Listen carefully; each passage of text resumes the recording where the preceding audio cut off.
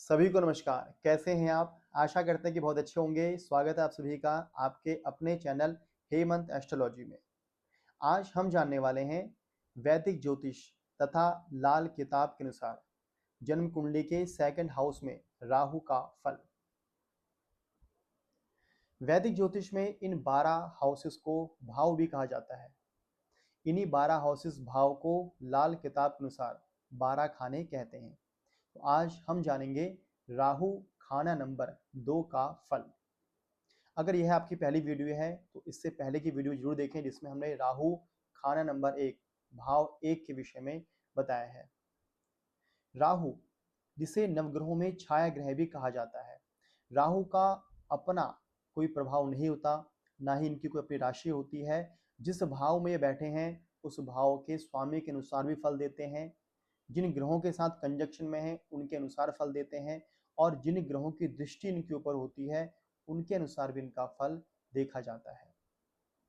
किसी भी ग्रह का शुभ या अशुभ फल हमें कब देखने को मिलता है? जब वह ग्रह हमारी महादशा में हो, अंतरदशा में हो, ग्रह गोचर में हमें प्रभावित कर रहा हो या फिर वर्ष फल के अनुसार वह ग्रह उस भाव या खाने में आ जाए। आज बात होगी राहु के ऊपर। राहु जिसे बहुत ही मिस्टीरियस प्लैनेट्स कहा जाता है। फर्स्ट हाउस में अगर राहु होते हैं तो ऐसे पर्सन अपने अपनी पर्सनैलिटी को बहुत ही हटकर दिखाना चाहते हैं। वो चाहते हैं कि वे भीड़ से अलग दिखें। आज हम बात करने वाले हैं राहु के सेकंड हाउस में। सेकंड हाउस से हमारे जीवन में क्या मिलता है? सेकंड हाउस हमारी स्पीच को रिप्रेजेंट करता है। हमारी वाणी सेकंड हाउस से आती है। जब सेकंड हाउस में राहु आ गए तो ऐसे इंसान अपनी बात बहुत अच्छे से रखना जानते हैं, यानी अपनी बात को मनवा सकते हैं। अगर ये बोलने पे आए तो कोई भी इनसे किसी बात के ऊपर वाद विवाद नहीं कर सकता है अगर राहु यहाँ पे पॉजिटिव है, यानी ये बातों को रखने में माहिर होते हैं। सेकंड हाउस से हमारी लैंग्वेज भी आती है। अगर सेकंड हाउस के राहु ऐसे पर्सन भाषाओं को सीखने की कोशिश करते हैं तो बहुत अच्छे भाषाकार बन सकते हैं। राहु एक विदेशी ग्रह है। अगर फॉरेन लैंग्वेज से रिलेटेड कोई कोर्स या फिर इन लैंग्वेज को सीखते हैं, इसमें अगर करियर बनाने की सोच रहे हैं तो राहु सेकंड हाउस में बहुत ही पॉजिटिव माना जाता है। सेकंड हाउस हमारे ईटिंग हैबिट्स को भी रिप्रेजेंट करता है। तो सेकंड हाउस में अगर राहु हैं तो ऐसे पर्सन बहुत ही अलग अलग वैरायटी का खाना खाना पसंद करते हैं।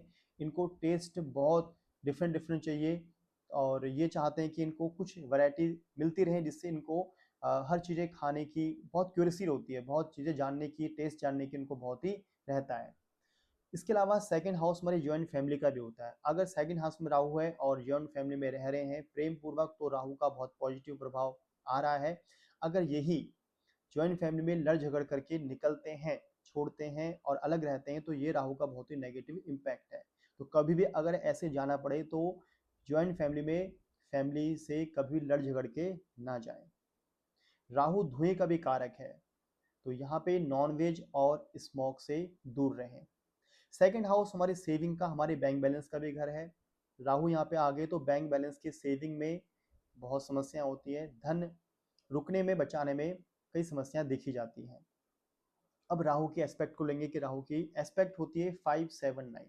जब सेकंड हाउस में राहु हैं तो उनकी दृष्टि आएगी 6 हाउस पे, फिफ्थ दृष्टि यहाँ पे आएगी, 7th दृष्टि आएगी 8th हाउस पे और उनकी 9th दृष्टि आएगी हमारे 10th हाउस पे।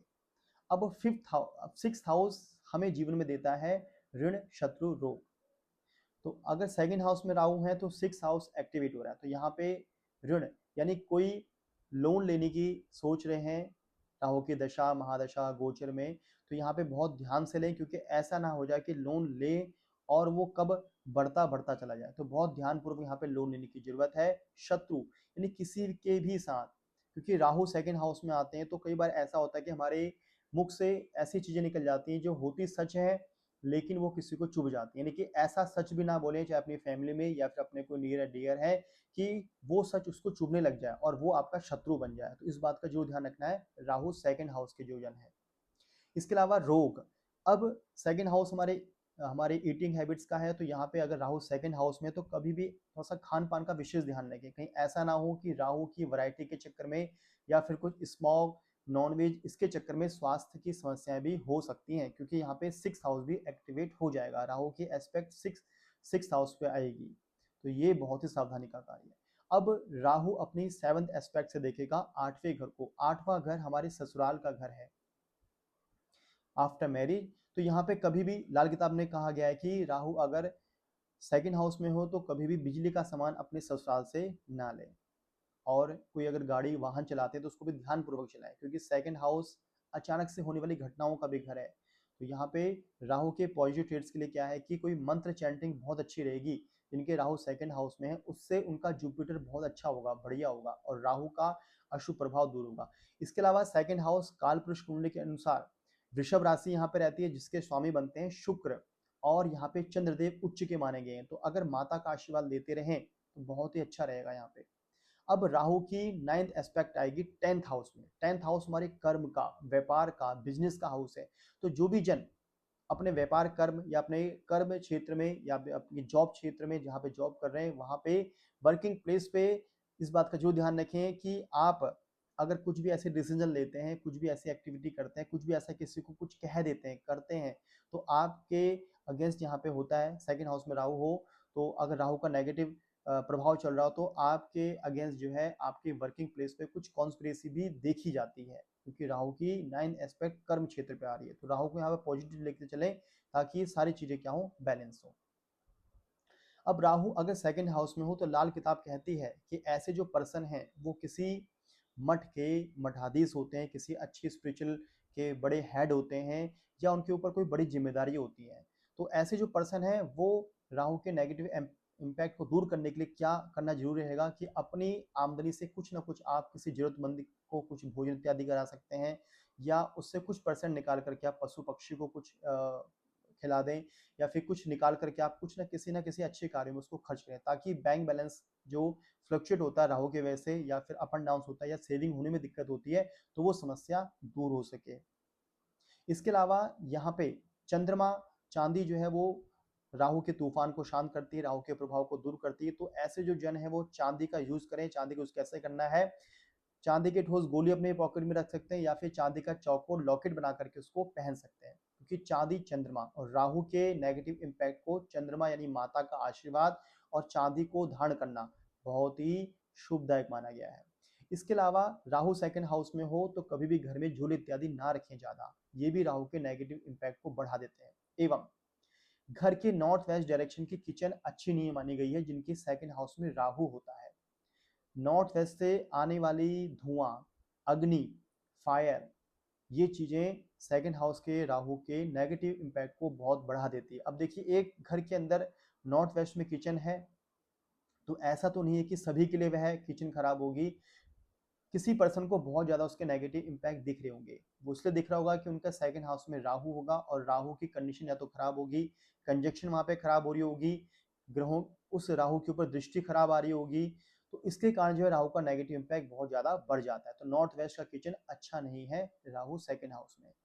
उपाय और क्या कर सकते हैं इसके अलावा, देखिए कुशा का स्नान कर सकते हैं, कुशा मिलाकर के स्नान करें, केसर का तिलक लगाना अच्छा रहेगा, हल्दी मिलाकर भी स्नान कर सकते हैं। सोने से संबंधित चीजें का धारण करते हैं, पीतल से संबंधित चीजें धारण करते हैं, तो बृहस्पति की चीजें हैं ये, इनको धारण करना भी राहु के दुष्प्रभाव को दूर करता है। तो एक छोटा सा और बताना चाहेंगे कि राहु का बीज मंत्र का जप कर सकते हैं, राहु के वैदिक मंत्र का जप कर सकते हैं। इसके अलावा थोड़ा सा जो कुशा है, कुशा के साथ साथ एक नारियल ले लीजिए, नारियल को सिर से लेकर पैर तक उतारना है 3 बार 5 बार, और यह 5 या 7 बार शनिवार के दिन इसका दान करना है मंदिर में। तो इन उपायों के साथ करते हैं तो निश्चित ही राहु के जो 2nd हाउस के नेगेटिव इन सावधानियों को बरतते हैं तो राहु का 2nd हाउस का जो भी अशुभ प्रभाव है वह दूर होगा, और राहु का शुभ प्रभाव आना शुरू हो जाएगा। तो आज की वीडियो को देखने के लिए आपका बहुत बहुत धन्यवाद। सभी को नमस्कार।